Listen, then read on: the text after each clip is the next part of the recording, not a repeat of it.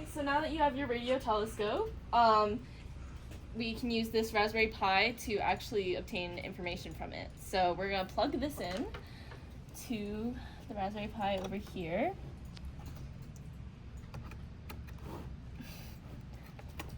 And this is being powered by this battery, and then it's connected to this computer through an Ethernet. And then we pull up Real VNC and run this code. And you can download this code. It should be in the link in the description.